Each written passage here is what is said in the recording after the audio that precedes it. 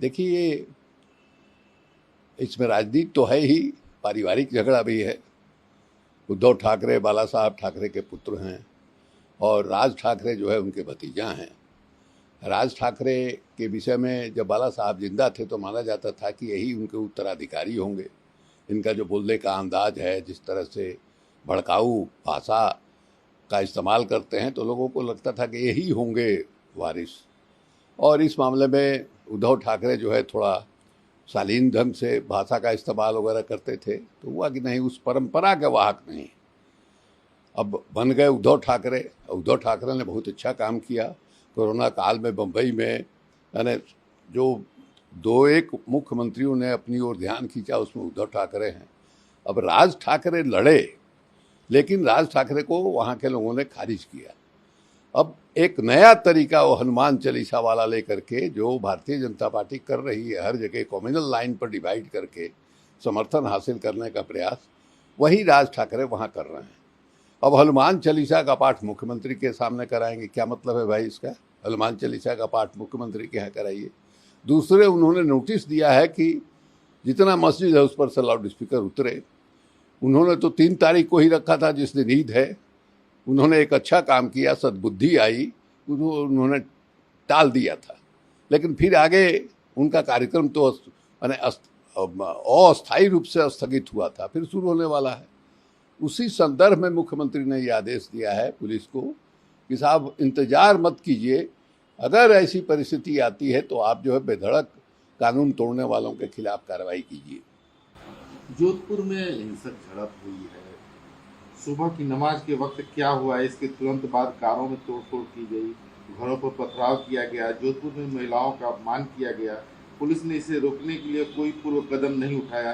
जोधपुर संघर्ष पर केंद्रीय मंत्री जोधपुर के सांसद गजेंद्र सिंह शेखावत ने ये बात कही है। उनको ही जवाब देना चाहिए कि जब लोगों को मालूम है कि ईद का नमाज होने वाला है, तो ईद का जहाँ नमाज हो रहा है वहाँ भगवा झंडा फहराने का क्या मतलब है भाई? आपने तो भड़काया, उकसावा किया, मामला तो आपके खिलाफ चलना चाहिए। मैंने कोई ज़रूरत नहीं, जानबूझ करके उनको चिढ़ाने के लिए, उनको अपमानित करने के लिए वहाँ चारों तरफ जो है भगवा झंडा लगा दिया गया। उसी से विवाद शुरू हुआ, भगवा झंडा उतारने के सवाल पर। अब जो है आप आरोप लगा रहे हैं पुलिस पर और प्रशासन पर और सरकार पर। आपको जवाब देना चाहिए कि इस तरह का कदम क्यों उठा रहे हैं। आप जानबूझ करके ये प्रायोजित ढंग से इस तरह की घटनाएं की जा रही हैं, और ताकि हम वही डिवाइड जो है पैदा करें। इसके अलावे इनके सामने कुछ है नहीं, न बेरोजगारी दूर कर पा रहा है, न महंगाई पर नियंत्रण है, किसी चीज़ पर नियंत्रण नहीं है। तो यही एकमात्र सहारा है। राम जी जैसे बेड़ा पार लगाना जो होता है, उसी तरह से कम्युनल डिवाइड पर ही पूरी की पूरी इनकी राजनीति जो है आश्रित है। बड़े आतंकी साजिश का पर्दाफाश हुआ है। आतंकवादियों को छात्र रूप में पाकिस्तान प्रस्तुत करके पाकिस्तान भागने के क्रम में श्रीनगर में पकड़ा। चलिए, अच्छी बात है, पुलिस की तत्परता है। पुलिस की तत्परता इस तरह से बनी रहेगी तो आतंकवाद को पर रोक लगेगा। लेकिन ये बात बिल्कुल सही है कि जो से 370 हटा है, उसके बाद जो दावा था कि साहब ये बिल्कुल आतंकवाद जो है समाप्त हो जाएगा, वो आतंकवाद समाप्त हुआ नहीं है। बड़े पैमाने पर पुलिस है, पैरामिलिट्री फोर्स है, मिलिट्री फोर्स है। उसकी वजह से जो है ये वहाँ कंट्रोल है, और कंट्रोल भी क्या है, बीच बीच में इस तरह की घटनाएं होती जा रही हैं। तो जब तक आप वहाँ के नागरिकों को विश्वास नहीं जीतेगा, और इधर जो है जो पुनर्गठन करा रहे हैं क्षेत्रों का विधानसभा चुनाव के लिए, उसमें भी साफ दिखाई दे रहा है आपकी भाषा कि इस तरह का असेंबली वहाँ बने जिसमें जो मुस्लिम हैं वो माइनॉरिटी में आ जाए। ये तो साफ दिखाई दे रहा है। उसके खिलाफ लोग गए हैं। 370 को जो हटाया गया है, इसके खिलाफ भी सुप्रीम कोर्ट में सुनवाई होने वाली है। सुप्रीम कोर्ट ने कहा है कि ये जो छुट्टी है इसके बाद जो है सुनवाई करेंगे। अब देखिए क्या होता है। असम सरकार और पुलिस की कार्रवाई शर्मनाक है।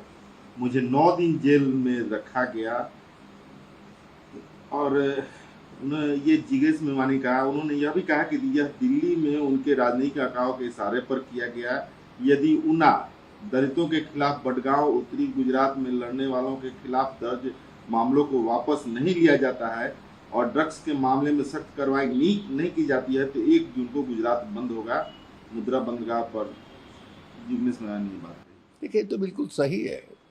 मैंने उनके ट्वीट पर जो है उनको गिरफ्तार करके वहाँ से ले जाया गया आसाम, और आसाम में जेल में रहे, अंत में उनको छोड़ा गया, अदालत ने छोड़ा। उसके बाद एक दूसरे केस में कि महिला पुलिस के साथ इन्होंने बदतमीजी की, उसमें जो कोर्ट ने आदेश दिया है कि बिल्कुल झूठा फैब्रिकेटेड जो है मामला जो है दर्ज किया गया, ये कोर्ट ने खुद कहा है। अब इस तरह से कार्रवाई होने लगी है भारतीय जनता पार्टी की जहां सरकार है वहां, तो देश में क्या हो रहा है भाई? यानी एक ढंग से अप्रत्यक्ष रूप से आप बोली पर लगाम लगा रहे हैं, बोलने की आज़ादी पर रोक लगा रहे हैं।